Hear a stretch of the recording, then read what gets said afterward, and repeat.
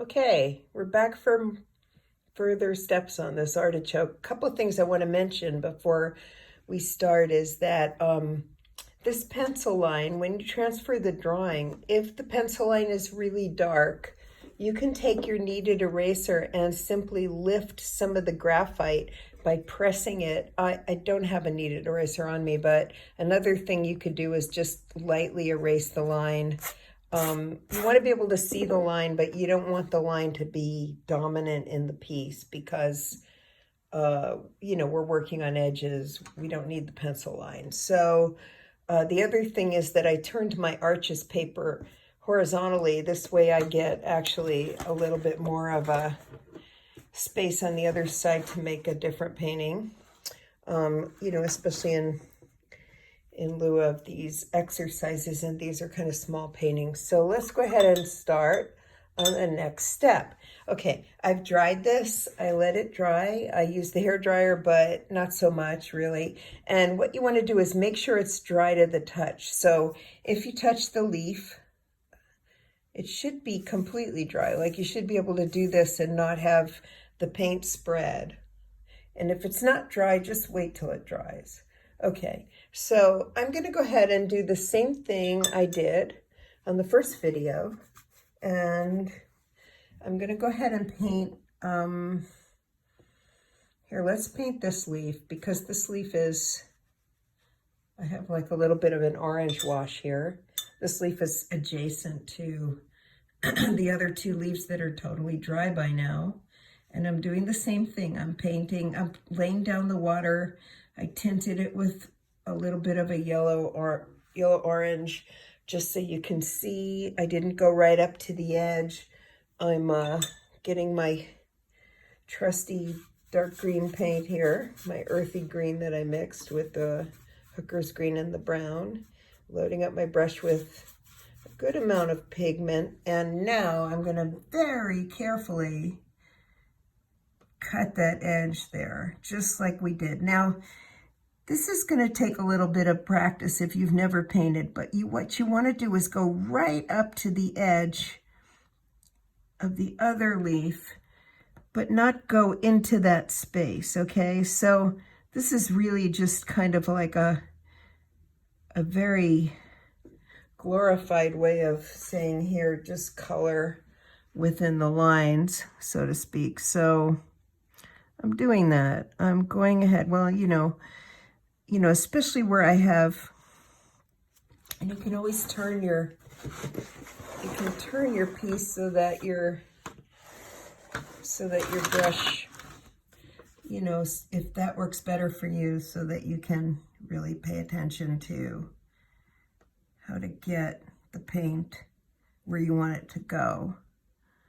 And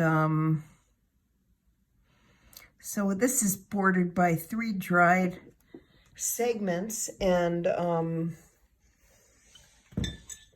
if I go right up to the edge, the paint from the other segments is not going to get, it's just going to stay where it's wet. That's the fun thing about watercolor, is that the paint just goes where the paper is wet. So okay, well, and then if I drop color into this leaf, like I said, it's not going to go anywhere else.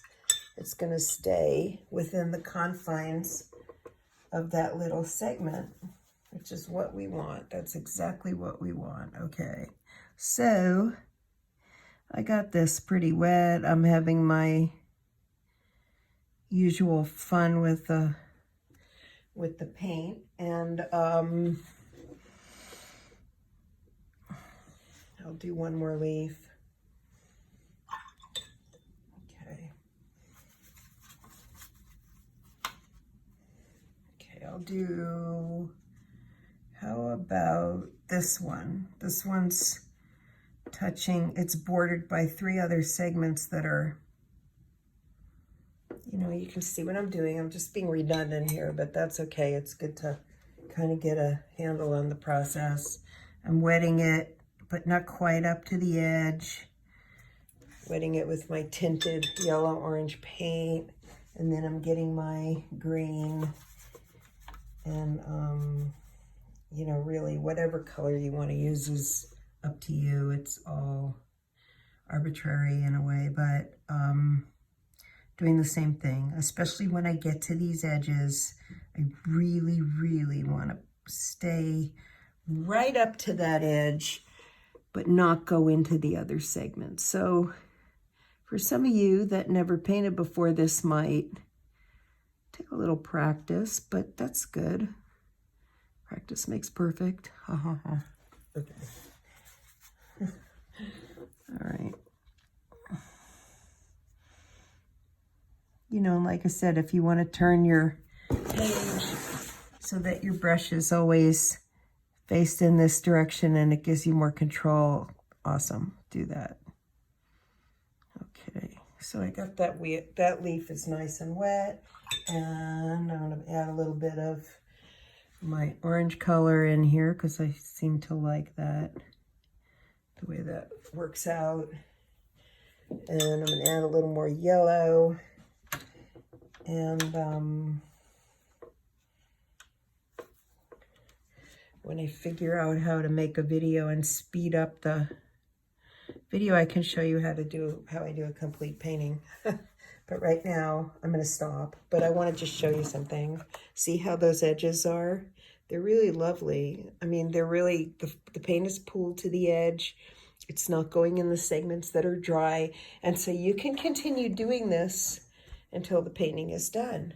And that's our lesson for today. Okay, see you on Zoom.